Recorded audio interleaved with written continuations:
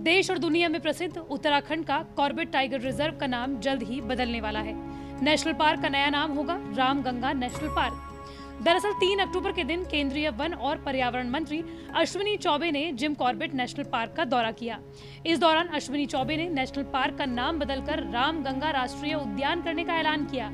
केंद्रीय मंत्री ने इस दौरान कॉर्बेट नेशनल पार्क का भ्रमण किया और धनगढ़ी के म्यूजियम में रखे गए विजिटर बुक में भी उनके संदेश में पार्क का नाम रामगंगा नेशनल पार्क ही लिखा गया। हालांकि इस बदले नाम को विपक्ष में बहुत पसंद नहीं किया जा रहा। महाराष्ट्र के आवास मंत्री जितेंद्र आव्हाड ने पार्क का नाम बदलने को दुर्भाग्यपूर्ण करार दिया।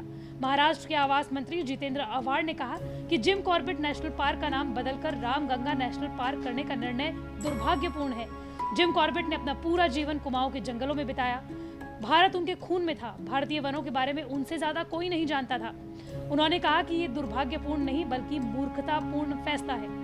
लेकिन जिम कॉर्बेट कौन थे जिन्होंने शुरुआत नरभक्षी बाघों को मारने से की, लेकिन आखिर में वो बाघों के सबसे बड़े संरक्षक हो गए। आखिर कौन थे ये आपको जरूर जानना चाहिए, लेकिन उससे पहले ये जान लीजिए कि 1936 में जिम कॉर्बेट ने ही बाघों के संरक्षण के लिए नेशनल पार्क की स्थापना की। उस वक्त इस पार्क का नाम हेली नेशनल पार्क एक ब्रिटिश गवर्नर के नाम पर रखा गया। 1947 में आजादी के बाद इस पार्क का नाम बदलकर रामगंगा नेशनल पार्क रख दिया गया। लेकिन जिम कॉर्बेट की मौत के 2 साल बाद इस पार्क का नाम बदलकर जिम कॉर्बेट नेशनल पार्क कर दिया गया। इस पार्क में बंगाल टाइगर, तेंदुए, जंगली सुअर, स्लोथ बियर, मगरमच्छ जैसे कई अहम जीव हैं जिन्हें संरक्षित किया जाता है। बहरहाल, बात जिम कॉर्बेट की एक कहानी के साथ शुरुआत करते हैं। भारत को आजाद हुए कुछ समय हुआ था। राम सिंह नेगी, जो कि एक भारतीय थे, वो नैनीताल के काला डूंगी से एक गोरे अंग्रेज और उसकी बहन को लखनऊ स्टेशन पर छोड़ने आए। यहाँ से अंग्रेज को बंबई जाना था और यहाँ से केनिया। गाड़ी चढ़ने से पहले अंग्रेज ने राम सिंह को गले लगा लिया। राम सिंह फूट फूट कर बच्चों की तरह रोने लगे। वजह थी ये बस रंग में गोरा था, ये अंदर से पूरा भारतीय था।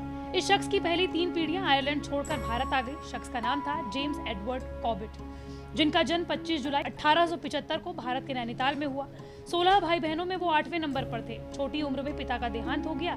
शुरू से ही पहाड़ों और जंगलों में रहने के कारण इन्होंने जानवरों और जंगलों से लगाव हो गया था। बचपन में जानवरों को उनकी आवाज से पहचान लेते थे और 19 साल की उम्र में पढ़ाई छोड़कर रेलवे की नौकरी करने लगे। उसी दौर में उत्तर प्रदेश और उत्तराखंड के लोग जानवरों और खास तौर पर बाघ और चीतों से परेशान थे। उस इलाके में ये जानवर इंसानों पर हमला कर देते थे। करीब 1200 लोग इन जानवरों का शिकार हो चुके थे। इस दौरान जिम कॉर्बेट वहां आए और आदमखोर जंगली पशुओं का शिकार करने लगे। सरकारी आंकड़ों के मुताबिक 1907 से 1938 के बीच उन्होंने 19 बाघों और 14 चीतों का शिकार किया। जिम कॉर्बेट शिकार के बाद बाघों और दूसरे जानवरों के शरीर को अपने घर ले जाकर उसकी जांच पड़ताल किया करते थे। एक जांच में उनकी सोच और आदत पूरी तरीके से बदल गई। हुआ यूं कि जांच के दौरान उन्होंने पाया कि कई बाघ पहले से ही घायल थे। किसी को गोली लगी थी तो किसी को तीर, जिनके घाव साफ दिख रहे थे। उन्हें समझ में आया कि शायद इंसानों से इनकी चिढ़ यही वजह है, जिसके बाद उनका जानवरों के प्रति रुख बदल गया। जिम कॉर्बेट को स्थानीय लोग कारपेट साहिब के नाम से बुलाते थे। कुछ लोग तो उन्हें गोरा साधु तक कहते थे। अंग्रेजी लेखक मार्टिन बूथ ने जिम कॉर्बेट की जीवनी लिखी, जिसका नाम है कारपेट साहिब। अपने इस बदलाव के बाद उन्होंने man eaters of Kumaon, my India, jungle lore, Jim Corbett's India और माई कुमाऊं किताब लिखी। अपनी आत्मकथा जंगल लोर शीर्षक से लिखी। वो बच्चों को बाघों से प्यार करना सिखाने लगे। बताते हैं कि अपने आखिरी समय में वो केनिया चले गए, जहां वो पेड़ों से बनी झोपड़ी में रहने लगे।